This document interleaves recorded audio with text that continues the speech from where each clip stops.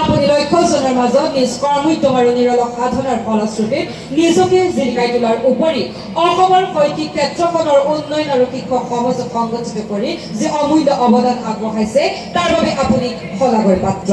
বৰ বৈষ্ণৱৰ পবিত্ৰ জন্মস্থান বৰনাৰায়ণপুৰৰ বহুপুত্ৰত জন্মগ্ৰহণ কৰি শংকৰদেৱ মহাবিদ্যালয়ৰ পৰা কলা স্নাতক, গুৱাহাটী বিশ্ববিদ্যালয়ৰ পৰা স্নাতকোত্তৰ শিক্ষক প্ৰশিক্ষণ সমাপ্ত কৰাৰ লগতে 12খনকৈ অধিক গ্ৰন্থ সম্পাদনা কৰিছে।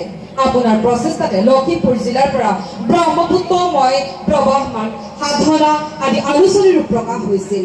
শংকৰদেৱ মহাবিদ্যালয় ছাত্ৰ সংগঠনৰ প্ৰথম আলোচনী সম্পাদক ৰূপে কাৰ্যনিৰ্বাহ কৰি ছাত্ৰ অৱস্থাতে আপুনি সাহিত্যৰ ক্ষেত্ৰত প্ৰভূত অৰিহণা যোগালে।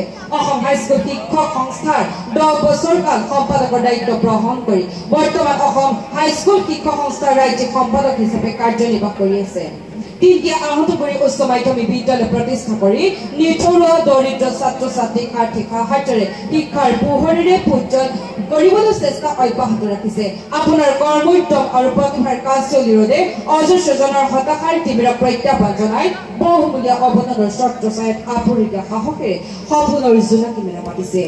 আপোনাৰ আশাকুটীয়া প্ৰচেষ্টাৰ ৰন্ধে ৰন্ধে সমাজৰ পৰোপকাৰী মনোভাৱ প্ৰস্ফুটিত হোৱাৰ উপৰি প্ৰতি খোজে খোজে বিনা দ্বিধাই যে মূল্যবোধৰ পাৰিজাত ৰোপণ কৰিছে তাক অনন্ত কাললৈ কোনেও কেতিয়াও প্ৰমূল্যৰ মাপকাঠিৰে জুখিব নোৱাৰে। আপোনাৰ এনে সমাজ সংস্কাৰ মনোভাৱক আমি অন্তৰৰ পৰা সন্মান জনাই শ্ৰেষ্ঠ শিক্ষা সংগঠক সন্মানেৰে বিভূষিত কৰিলো। আপোনাৰ এই সন্মান সহস্ৰজনৰ প্ৰেৰণাৰ উৎস হৈ ৰওক। আপোনাৰ গুণ গৰিমাৰ নদীখনি প্ৰজন্মৰ পৰা প্ৰজন্মলৈ নিৰৱধি বৈ থকাৰ অযুত শুভকামনাৰে সুস্বাস্থ্য আৰু দীৰ্ঘায়ু কামনা কৰিলো। ধন্যবাদ। ইয়াৰ লগে লগে